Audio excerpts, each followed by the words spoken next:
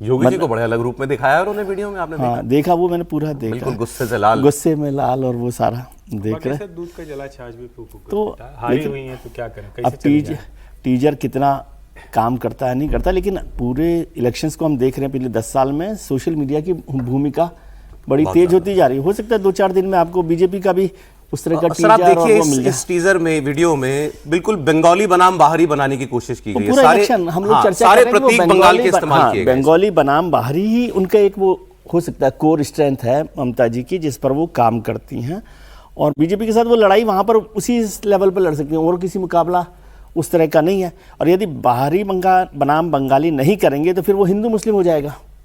BJP जो कोशिश करेगी कि हिंदू मुस्लिम करें, वो बाहरी बनाम बंगाली से बचना चाहती है ना। ममता बनर्जी हिंदू बनाम बंगाल मुस्लिम से बचना चाहती हैं, तो वो बाहरी बनाम बंगाली करती हैं। अब बाहरी बनाम बंगाली वो लोग करते हैं जो यूसुफ पठान को अहमदाबाद से, गुजरात से ले आते हैं।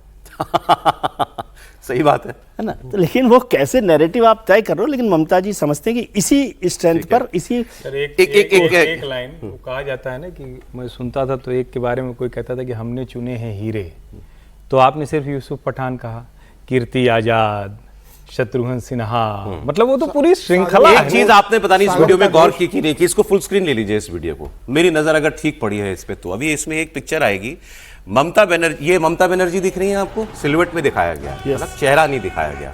योगी आदित्यनाथ, ये कौन है, ये कौन है? नरेंद्र मोदी प्रधानमंत्री। अब आप क्या इसमें बात करने लायक क्या बात है?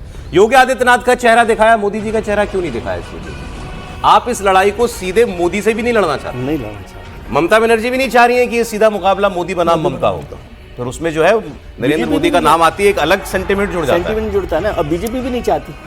लेकिन सर बात मैंने अगर ठीक पकड़ा है तो बिल्कुल ठीक है। वो योगी जी का चेहरा दिखाया प्रॉपर, मोदी जी का चेहरा नहीं दिखाया। तो डायरेक्ट नहीं करना चाहती हूँ, अमित शाह को छोड़ दिया, अमित शाह जी को छोड़ ही दिया इसमें से। मोदी के सामने जहाँ आप ध्यान होगा कि जहाँ मोदी वर्सेस हो जाता है वहाँ पर कोई भी पॉलिटिकल पार्टी जो होती है उसकी पराजय हो जाती है। मोदी बड़ा नाम है, मोदी बड़ा ब्रांड है, इसमें चाहे वो ममता हो या अरविंद केजरीवाल। अरविंद केजरीवाल भी दिल्ली चुनाव में नहीं, वो बचते थे। मोदी वर्सेस उन्होंने किया था तो पिट गए थे, तो उनको पता है कि मोदी के साथ हमको लड़ना बहुत मुश्किल होगा, तो इसलिए उन्होंने वो टारगेट चुना। अच्छा, भद्र लोग का हो सकता है कि उनको लगता होगा कि यदि हम योगी जी को लाते हैं तो भद्र लोग जो है वो, बंगाल का भद्र लोग जो है वो साथ नहीं खड़ा होगा, ये भी हो सकता है, क्योंकि बड़ा लिबरल सॉफ्ट हिंदुत्व ये सब की बातें करता है। महत्वपूर्ण बात, लेकिन मुझे ऐसा लगता है कि बंगाल का चुनाव हिंदू मुस्लिम चुनाव ही है, इसके अलावा और कुछ नहीं है। बंगाल में चुनाव में मुस्लिम वर्सेस हिंदू चुनाव के अतिरिक्त और मुझे कुछ दिखाई नहीं दे रहा है, और यही वो पिच है जिस पर भारतीय जनता पार्टी ममता बनर्जी को पीट सकती है, बाकी और कुछ नहीं है। क्योंकि यदि आप देखेंगे कि फ्रीबीज की पॉलिटिक्स है, तो फ्रीबीज की पॉलिटिक्स में सामान्यतः यही होता है कि जो पहले से दे रहा होता है उसी के साथ चला जाता है।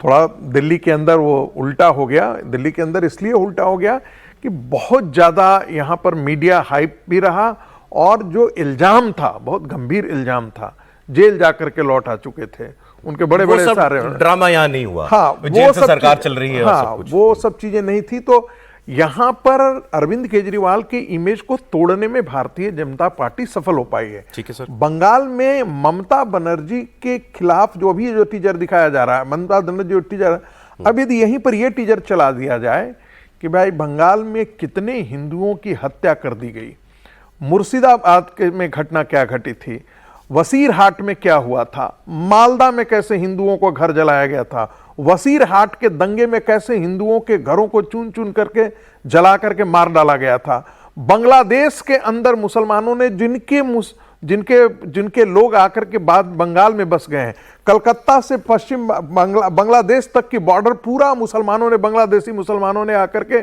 घेर लिया है। ये बात अब वहां के हिंदुओं को भी चुभने लगा है। यदि ये नैरेटिव सफल हो जाती है तो मुझे लगता है भारतीय जनता जल्दी से आप लोगों का एक अभी तक का असेसमेंट ले लें हम चुनाव का।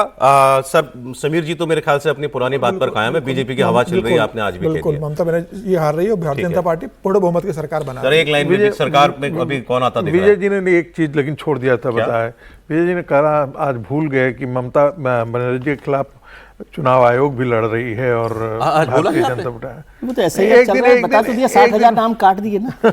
अरे बताइए, आप बताइए अभी क्या क्या है अभी जीत का प्रतिशत? आज क्या का दिख रहा असेसमेंट ये मेरा है कि भारतीय जनता पार्टी जिस भी रूप में हो सरकार बना है? आ रही रही है जी, जिस भी रूप में सर, क्या वोट लेके ही बनाएगी और कैसे बनाएगी? हमने साम दाम जो दंड ममता जी कह रहे हैं, भेद वही वो कह रहे हैं। ओके, आप क्या कह रहे हैं सर? प्रोफेसर साहब ममता जी जो कह रही है वही कह रहे हैं। आप क्या कह रहे हैं सरकार के नहीं, बारे मुझे अब भी वो मजबूत लड़ाई मैं में दिखती है ममता आगे- ममता से ममता आगे। निपटने ममता का भी वही आगे एक लग रही है रास्ता आपको। है। त्रिपाठी जी, नहीं, इसमें कोई संदेह नहीं कि भारतीय जनता पार्टी बहुत अच्छी लड़ाई लड़े, लेकिन जो कहते हैं ना कि जादुई नंबर, उससे अभी पीछे उससे अभी पीछे। पीछे वो है। छोटी सी अब एक खबर आपको असम चुनाव की भी मैं दे देता हूं जल्दी से। विधानसभा चुनाव को लेकर वहां भी खूब सरगर्मियां हो रही हैं। कांग्रेस से बात नहीं बनने के बाद झारखंड मुक्ति मोर्चा अब 19 सीट पर अलग चुनाव लड़ेगा। जेएमएम ने कहा है कि पार्टी ने भाकपा माले के लिए भी एक सीट छोड़ी है। असम में जेएमएम की तरफ से 20 सीटों पर चुनाव लड़ने की तैयारी की गई थी। असम कांग्रेस के अध्यक्ष गौरव गोगोई खुद मुख्यमंत्री हेमंत सोरेन से बात करने पिछले दिनों रांची भी गए थे, लेकिन कांग्रेस जेएमएम को सिर्फ 5 सीटें देना चाहती थी। इसीलिए अब जो है जेएमएम ने फैसला कर लिया है कि वो अकेले चुनाव लड़ेंगे।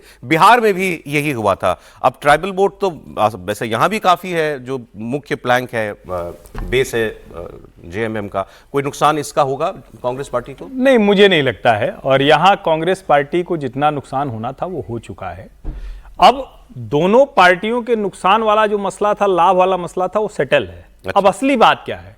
असल बात यह है कि भारतीय जनता पार्टी के with in Bharatiya Janata party है, अगर वो कुछ गड़बड़ नहीं करेगी तो असम में बड़े मजे से भारतीय जनता पार्टी हेमंता की अगुवाई में प्रचंड बहुमत से सरकार बनाएगी।